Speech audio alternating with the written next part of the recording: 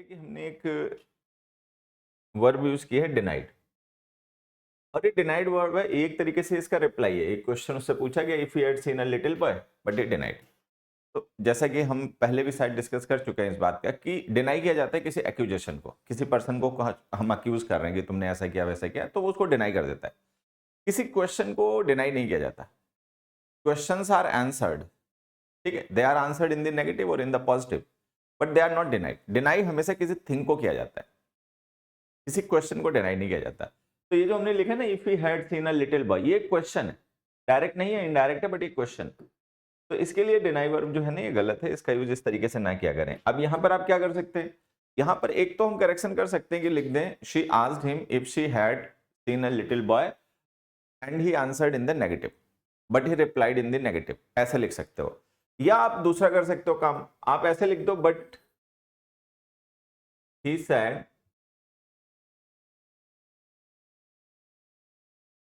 That he had not.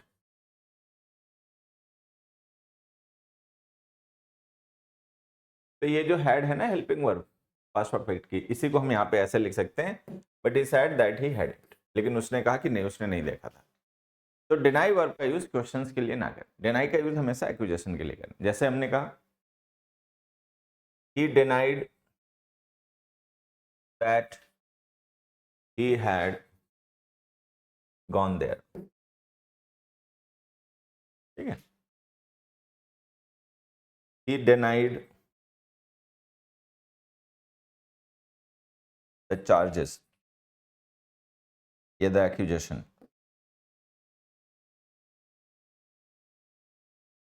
इस तरीके से। तो यहां पे इसने डिनाई किया, क्या डिनाई किया, that he had gone there, कि वो वहां गया था। मान लो किसी ने इसको अक्यूज किया कि वहां गया था, तो इसने मना कर दिया। तो ये जो लिखा गया स्टेटमेंट है ना, ये थिंग है, एक्यूजेशन है। ही denied, what did he deny, the accusation, जो उस पर आरोप लगाया गया उसको उसने डिनाई कर दिया, नहीं एक्सेप्ट किया, मतलब, ठीक है। तो इस तरीके से इसको यूज किया। क्वेश्चंस को आंसर करने के लिए डिनाई वर्ब का यूज ना करें। She accused him of cheating but he denied। अब ये देखो, यहां पर आप देखोगे ना, तो ये सही है। जैसे हमने डिनाई वर्ब का यहां पर यूज किया, she accused him of cheating, मतलब चीटिंग को लेकर उसको अक्यूज किया, इसने चीटिंग की है। बट ही डिनाइड, लेकिन उसने डिनाई कर दिया, उसने नहीं माना कि मैंने चीटिंग की है। तो ये डिनाई वर्ब का यूज सही है। बट अब हमें ध्यान ये रखना है कि डिनाई वर्ब जो होती है ट्रांसिटिव होती है। जैसे हमने लिखा but he denied what did he deny, क्या डिनाई किया उसने। जैसे हमने कहा कि deny something, to deny something, तो हमने लिख दिया टू डिनाई समथिंग। तो she accused him of cheating but he denied what did he deny, क्या उसने डिनाई किया, तो हमें ये बताना पड़ेगा। तो यहाँ पे जो चीटिंग है, इसी को डिनाई किया उसने, तो चीटिंग के लिए हम यहाँ पे क्या करेंगे, प्रोनाउन लिख देंगे it, but he denied it, but लेकिन उसने इसको डिनाई कर दिया, चीटिंग को। Next, the insurance payment is depends on the value of the goods. अब देखिए, हमारे पास दो वर्ड होते हैं बच्चे, एक वर्ड होता है डिपेंड, एक होता है डिपेंडेंट। इन दोनों में हमें डिफरेंस समझना है। ये जो वर्ड है ये वर्ब है, ये जो वर्ड है ये एडजेक्टिव है।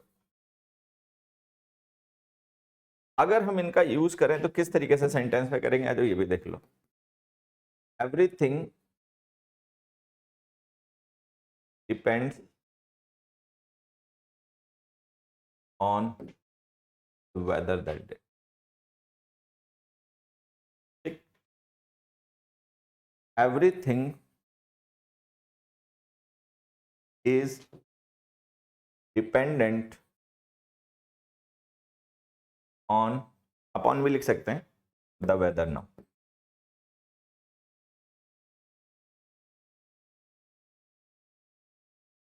ये वर्ब है, ये एडजेक्टिव है। एडजेक्टिव होने की वजह से इससे पहले हमने देखो लिंकिंग वर्ब लिखी है। तो ये हमें ध्यान देना कि डिपेंड वर्ब है, डिपेंडेंट एडजेक्टिव है, और हमें इनको इस तरीके से यूज करना चाहिए।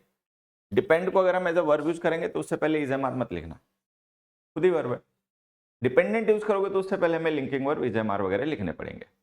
देखो ये क्या लिखा हमने, the insurance payment is depends on the value of the goods. तो ये गलत है। अब या तो हम इसको ड्रॉप कर दें, सीधे ऐसे लिख दें the insurance payment depends on the value of the goods, तो सही हो जाएगा। या फिर अगर हम इसको रिटेन करना चाहते हैं तो इज हेल्पिंग वर्ब है, उसके साथ में हम एडजेक्टिव लिख दें is dependent on the value. तो या तो लिखो is dependent on the value, या फिर इसको ड्रॉप कर दो, इसको ड्रॉप कर दो, डिपेंड्स खुद ही वर्ब होती है, बस लो सही हो गया। Next, whether or not she passes is depending on how hard she works, कि वो पास होगी या नहीं होगी ये इस बात पे डिपेंड करता है कि वो कितनी मेहनत करेगी, वो कितनी मेहनत करती है इस बात पे डिपेंड करता है।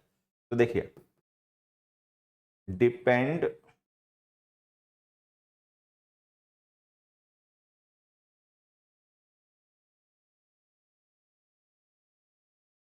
To depend is a stative verb. To depend जो है ना ये एक स्टेटिव वर्ब है,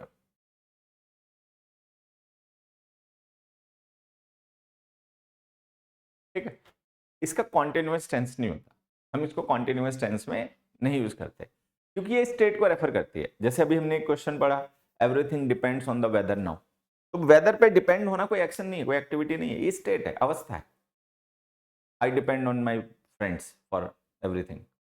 तो depend verb refers to state not to some action, तो ये नॉन एक्शन कैटेगरी की वर्ब होती है, इसको हम कॉन्टिन्यूअस टेंस में नहीं यूज कर सकते। तो ये जो हमने लिखा है ना वेदर और not she passes is depending upon how hard she works, इसमें क्या है कि जो डिपेंडिंग हमने लिखा है वर्ब है और इज हेल्पिंग वर्ब है। अगर हम इस डिपेंडिंग की जगह पर डिपेंडेंट लिख दें वेदर और not she passes is dependent, तो सही हो जाएगा क्योंकि डिपेंडेंट एडजेक्टिव होता है, तब इज मेन वर्ब हो जाएगी और डिपेंडिंग की जगह हम डिपेंडेंट लिख दें तो सही है। अगर हम एज अ वर्ब यूज करना चाहते हैं तो फिर हमें इसका कॉन्टिन्यूअस टेंस रिमूव करना पड़ेगा। तो बात समझ में आई, या तो हम डिपेंडिंग की जगह डिपेंडेंट लिख दें, तो डिपेंडेंट वर्ड एडजेक्टिव होता है अभी हमने पढ़ा, तो वो सही हो जाएगा यहाँ पे एज एन एडजेक्टिव, और इज हमारी लिंकिंग वर्ब हो जाएगी, अभी ये हेल्पिंग वर्ब है फिर ये मेन वर्ब हो जाएगी। या फिर ये जो इज डिपेंडिंग हमने वर्ब फ्रेज लिखी है कॉन्टिन्यूअस टेंस में, चूंकि ये स्टेटिव वर्ब होती है तो इसका कॉन्टिन्यूअस टेंस ना यूज करके हम इंडेफिनिट टेंस यूज करते हैं डिपेंड्स।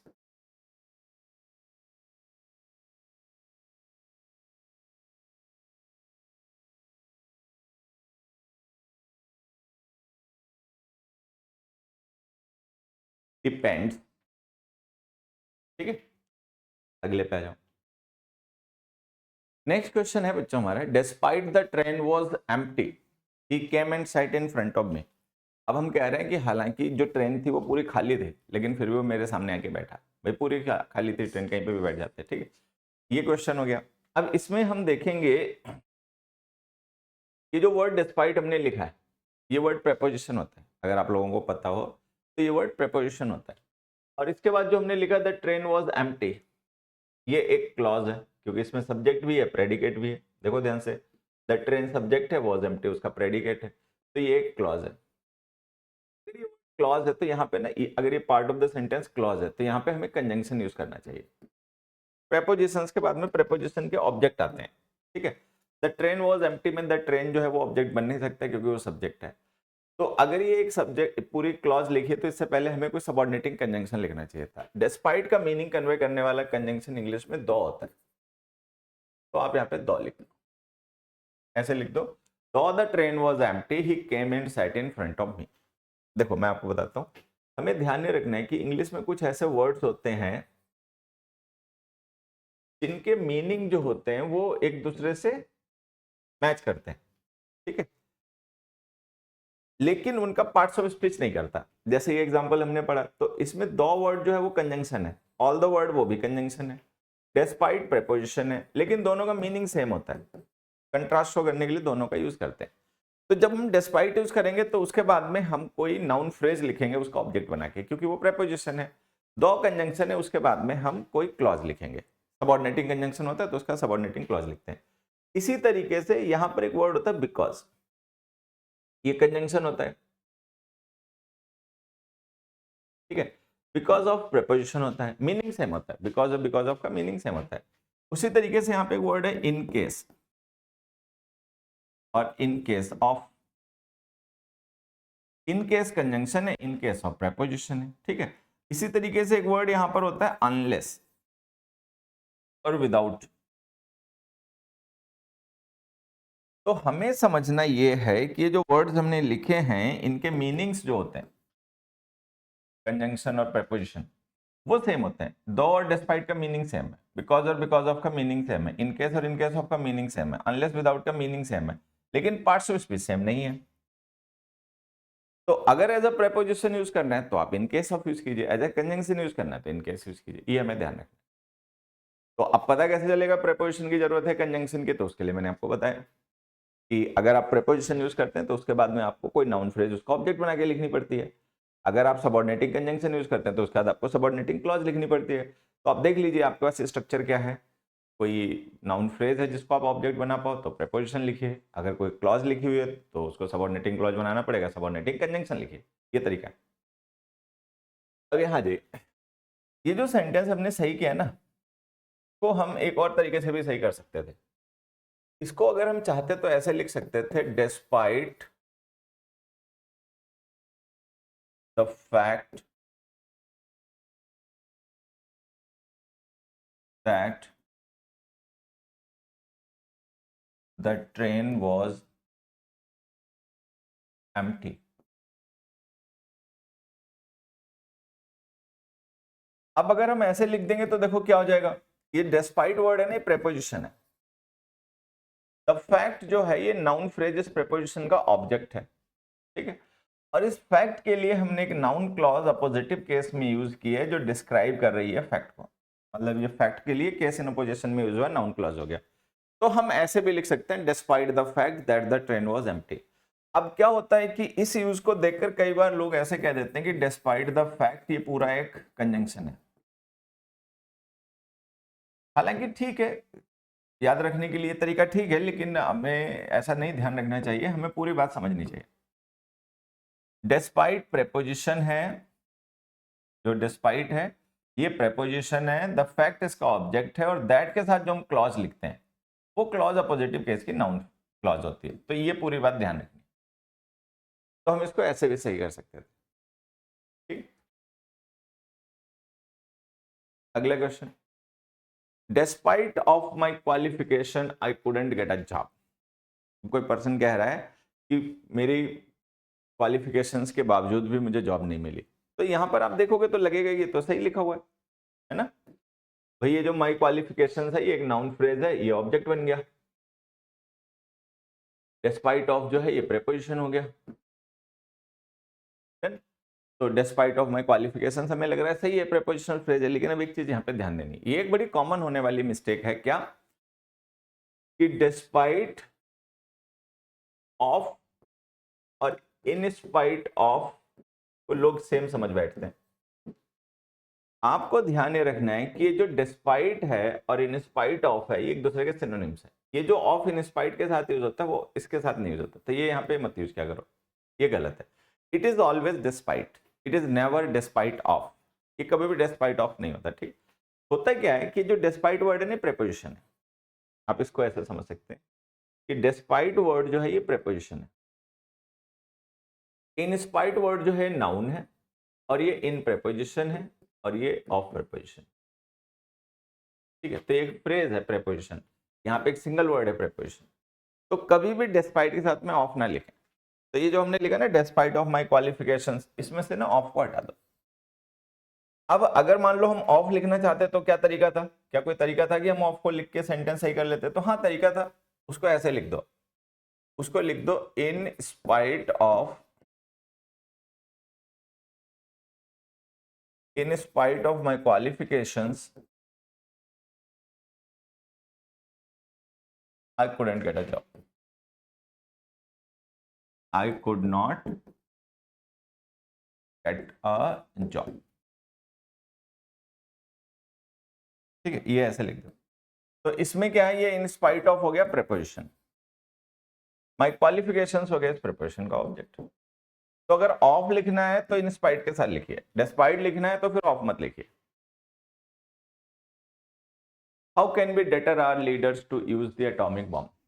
देखिए, देयर आर सर्टेन वर्ड्स उनके साथ ना हमें फ्रॉम प्रेपोजिशन का यूज करना चाहिए। Refrain, abstain,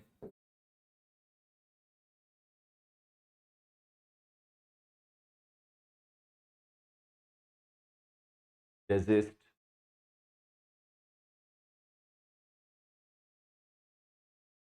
prevent, protect, derive,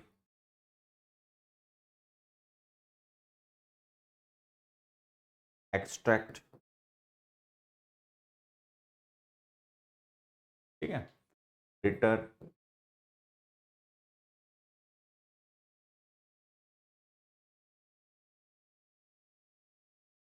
exempt, etcetera. ये कुछ ऐसी कॉमन वर्ब्स हैं जिनके साथ में हमें फ्रॉम प्रेपोजिशन का यूज करना पड़ता है। लगभग लगभग मीनिंग भी इनके सेम से होते हैं, मतलब कॉन्टेक्चुअल मीनिंग्स में डिफरेंस हो सकता है, लेकिन फिगरेटिवली देखें तो एक ही से मीनिंग होते हैं। जैसे हमने लिखा refrain, abstain, desist, prevent, protect, derive, extract, deter, exempt. तो हम सबको पता है कि फ्रॉम जो होती है ना वो सोर्स की प्रेपोजिशन होती है। From is the preposition of source.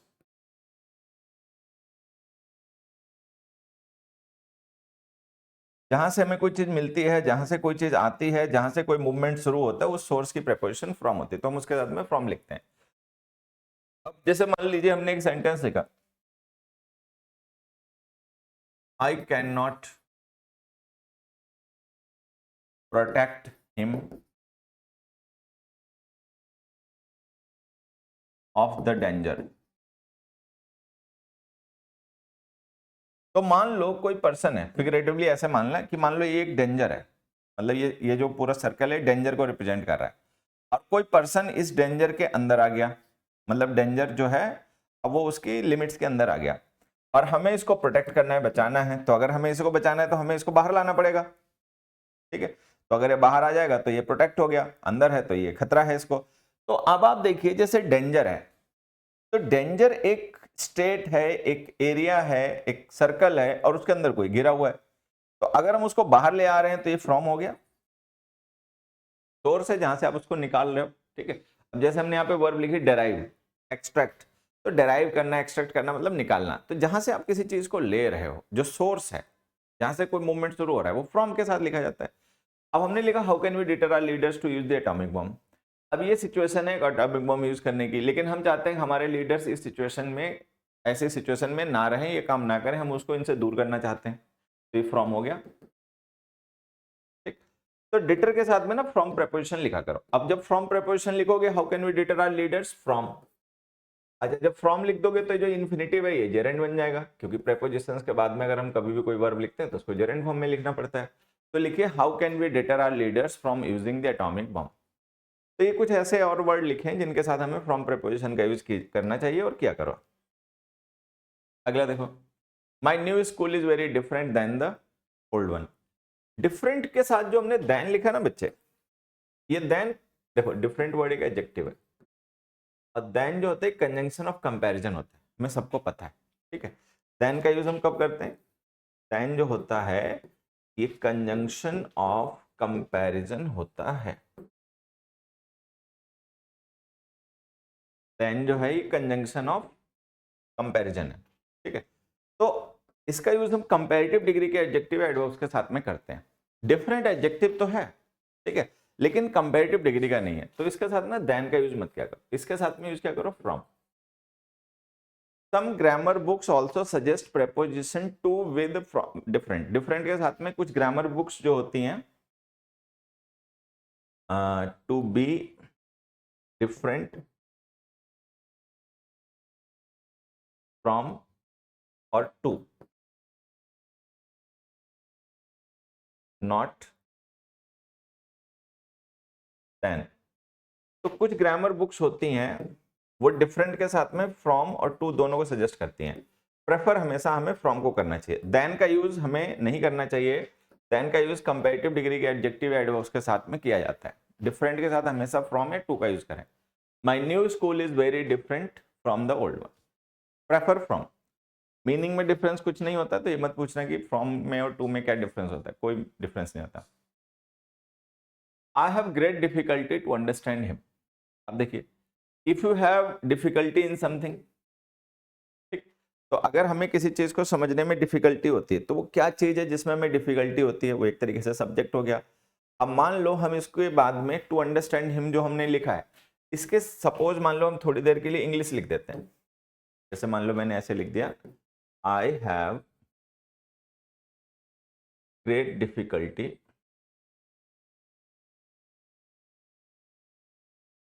I have great difficulty English. ठीक है, ये मैंने एक सेंटेंस यहाँ पे लिख दिया। अब हम इन दोनों सेंटेंस को देखो थोड़ा सा कंपेयर करते हैं। Subject I, verb have great, verb have great, difficulty उस हैव ग्रेट वर्ब का, अच्छा एक मिनट, हैव ग्रेट वर्ब नहीं है, हैव केवल वर्ब है। ठीक है, देखिए have verb, great difficulty object, great difficulty object. ठीक, इसके बाद हमने इंग्लिश लिख दिया और इसके बाद हमने टू अंडरस्टैंड हिम लिख दिया। यहाँ पर एक हमने प्रेपोजिशनल फ्रेज इन्फिनेटिव फ्रेज लिखी है, यहाँ पे हमने नाउन लिख दिया। अब हमें पता है कि नाउन्स जो होते हैं या प्रोनाउंस जो होते हैं, ठीक है, ये सेंटेंस में सब्जेक्ट या ऑब्जेक्ट का काम करते हैं, सबको ही पता है। अब सब्जेक्ट या ऑब्जेक्ट या तो वर्ब के होंगे या प्रेपोजिशन के होंगे। वर्ब के तो सब्जेक्ट ही हो सकते हैं, प्रेपोजिशन के तो सब्जेक्ट भी नहीं हो सकते, तो प्रेपोजिशन के तो ऑब्जेक्ट ही हो सकते हैं। तो हमें पता है ये जो इंग्लिश हमने लिखा है या टू अंडरस्टैंड इन्फिनिटिव जो हमने लिखा है, ये वर्ब के ऑब्जेक्ट नहीं हो सकते, सब्जेक्ट तो है ही नहीं, वो ये ऑब्जेक्ट भी नहीं सकते। क्यों? क्योंकि ऑब्जेक्ट तो उनके पहले से ही लिखे हुए, ग्रेट डिफिकल्टी। तो अब हमें इनको प्रेपोजिशन का ऑब्जेक्ट बनाना पड़ेगा, क्योंकि इस नाउन को इस नाउन से रिलेट करने के लिए प्रेपोजिशन चाहिए होगी। अब कौन सी प्रेपोजिशन लिखें? तो इन प्रेपोजिशन यूज होती है। अब सोचने वाली बात है, इन ही क्यों यूज होती है? क्योंकि अगर मान लो मुझे डिफिकल्टी होती है किसी चीज में, तो वो डिफिकल्टी किस चीज के अंदर लाई करती है। जैसे हमने कॉन्फिडेंस वाला एग्जांपल पढ़ा था पिछली क्लास में, शायद आपको ध्यान होगा कि we have no confidence in this scheme, I have no confidence in this people. So when we have confidence in something, so that something is the possessor of the confidence, container of the confidence। इसी तरीके से अगर मुझे किसी चीज में difficulty होती है तो इसका मतलब उस चीज के अंदर ही डिफिकल्टी है, वो चीज डिफिकल्टी का कंटेनर है। तो कंटेनर्स की प्रेपोजिशन इंग्लिश में इन होती है, तो हमें यहाँ पे इन लिखना पड़ेगा। अब जैसे हमने यहाँ पे इन लिखा है वैसे यहाँ भी इन लिखना पड़ेगा। ठीक है, अच्छा यहाँ पे क्या है कि इंग्लिश जो है ये नाउन है, ये इन प्रेपोजिशन का ऑब्जेक्ट बन गया। टू अंडरस्टैंड इन्फिनिटिव है, उसको अगर हम इन प्रेपोजिशन का ऑब्जेक्ट बनाएंगे तो उसकी जेरेंट फॉर्म लिखनी पड़ेगी, तो अंडरस्टैंडिंग। तो हमें इसको ऐसे लिखना पड़ेगा, आई have great difficulty in understanding him. हाँ नहीं, हमें ये रखना है, मतलब ये मैंने आपको समझा दिया, समझना तो हमें यही है, लेकिन आप इस बात को ऐसे भी ध्यान रख सकते हैं, to have difficulty in something. ठीक है, तो मुझे लगता है ये बात भी आपको समझ में आ गई होगी, अच्छे से क्लियर हो गई होगी। फिर भी कोई डाउट रह जाए, कोई क्वेश्चन रह जाए, जैसे मैं आपको बातें समझाता हूँ, सिखाता हूँ, तो ये मेरा अपना लैंग्वेज को देखने का, समझने का और समझाने का तरीका है कि मैं लैंग्वेज को इस तरीके से देखता, समझता, समझाता हूँ। ठीक है, आपको इसके अलावा कुछ नजर आए, कोई डाउट आए, कोई कंफ्यूजन है, तो व्हाट्सएप पे मुझे कांटेक्ट किया करो। ठीक है, फिर हम लाइव क्लास रख लेंगे डाउट्स की, और उसमें आपके डाउट्स जो है वो टॉपिक वाइज या एक्सरसाइज वाइज डिस्कस हो जाएंगे। ठीक है, तो मेहनत करो, नोट्स बनाओ और चीजों को समझो। समझने में कोई समस्या हो, कोई आपके दिमाग में डाउट कंफ्यूजन आए, तो उसको अपना नोट कर लो और मुझे व्हाट्सएप के थ्रू भेज दो, फिर हम उसको लाइव डाउट डिस्कशन सेशन में रख के उसको डिटेल में डिस्कस कर लेंगे। ठीक है, I am disagree with the statement. अब जैसे हमने एक क्वेश्चन लिखा, तो आपको एक क्वेश्चन याद होना चाहिए, एग्री को लेकर हमने कभी डिस्कशन किया था। जैसे मैंने लिखा, they are not agree on this condition.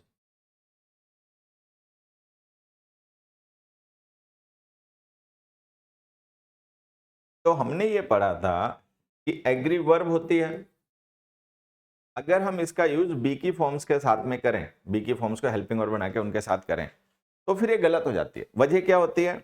वजह ये हमने पढ़ी थी कि जो बी की फॉर्म्स होती हैं अगर हम उनको एज हेल्पिंग वर्ब यूज करें, ठीक है, तो वो या तो होती हैं कॉन्टिन्यूअस टेंसेस की हेल्पिंग वर्ब, तब उनके साथ मेन वर्ब आती है आईएनजी फॉर्म में, या फिर वो पैसिव वॉइस की हेल्पिंग वर्ब होती है तो उनके साथ मेन वर्ब आती है थर्ड फॉर्म में। तो जो बी की फॉर्म्स होती हैं इज, एम, आर, वॉज, वर, अगर हम उनका यूज पैसिव में करें, ठीक है, तो उनके साथ मेन वर्ब की थर्ड फॉर्म आती है, और अगर हम उनका यूज एक्टिव वॉइस में करें तो उनके साथ मेन वर्ब की आईएनजी फॉर्म आती है, क्योंकि वो कॉन्टिन्यूअस टेंस की हेल्पिंग वर्ब होती है। तो ये बात हमें ध्यान रखनी है, ठीक है, ध्यान हो गई। अब देखो आर जो है वो बी की फॉर्म है, इसका तो एग्री आप लिख नहीं सकते, या तो एग्रीइंग लिखो, कॉन्टिन्यूअस टेंस बनाओ, जो कि आप बना नहीं सकते क्योंकि ये स्टेटिव वर्ब होती है, इसका कॉन्टिन्यूअस टेंस नहीं बनता। नहीं तो थर्ड फॉर्म लिखो, पैसिव बनाओ, पैसिव बना नहीं सकते, इंट्रांसिटिव वर्ब होती है। तो हम क्या करें, जब हम वर्ब की फॉर्म को चेंज करके सेंटेंस को सही कर ही नहीं सकते तो हमें वर्ब को सही मान लेना चाहिए और हेल्पिंग वर्ब को चेंज कर दो, कॉन्टिन्यूअस की जगह इंडेफिनिट टेंस बना दो, डू हेल्पिंग वर्ब लिख दो, तो हम लिख देंगे they do not agree on this condition. अब वहां जाइए, यहां पे आप देखेंगे जो एम है ना ये हेल्पिंग वर्ब है, डिसएग्री जो है वर्ब है। तो जो एग्री को लेकर हमने सिचुएशन डिस्कस की है वही डिसएग्री को लेकर भी रहेगी, कि अगर आप एम को हेल्पिंग वर्ब मान रहे हो तो उसके साथ में मेन वर्ब की या तो आईएनजी फॉर्म लिखो, डिसएग्रीइंग, जो कि आप लिख नहीं सकते क्योंकि एग्री डिसएग्री दोनों ही स्टेटिव वर्ब होती हैं, कॉन्टिन्यूअस टेंस नहीं बनता। दूसरा ऑप्शन है डिसएग्रीड लिख दो, तो डिसएग्रीड भी नहीं लिख सकते क्योंकि एग्री डिसएग्री दोनों ही आपकी इंट्रांसिटिव वर्ब्स होती हैं, तो इनका पैसिव भी नहीं बन सकता। तो कुल मिला के बात यह है कि हम वर्ब की फॉर्म को चेंज करके सेंटेंस सही कर ही नहीं सकते। अगर हम डिसएग्रीइंग लिखें तो भी नहीं सही होगा, डिसएग्रीड लिख दें तो भी नहीं सही होगा। तो फिर जब दोनों तरीके से नहीं सही होगा तो प्रेजेंट इंडेफिनिट टेंस बना दो या हटा दो, सीधे लिख दो I disagree with the statement. तो ये जो एग्री को लेकर हमने डिस्कशन किया था प्रीवियस किसी लेक्चर में, वही बात हमें डिसएग्री को लेकर भी ध्यान रखनी है, ठीक है। चलिए, तो ये लेक्चर भी हमारा कंप्लीट हुआ। अच्छे से खूब पढ़ते रहिए, रिवीजन करते रहिए, फिर मिलते हैं अगली क्लास में, तब कुछ नया पढ़ेंगे। तब तक के लिए बाय बाय।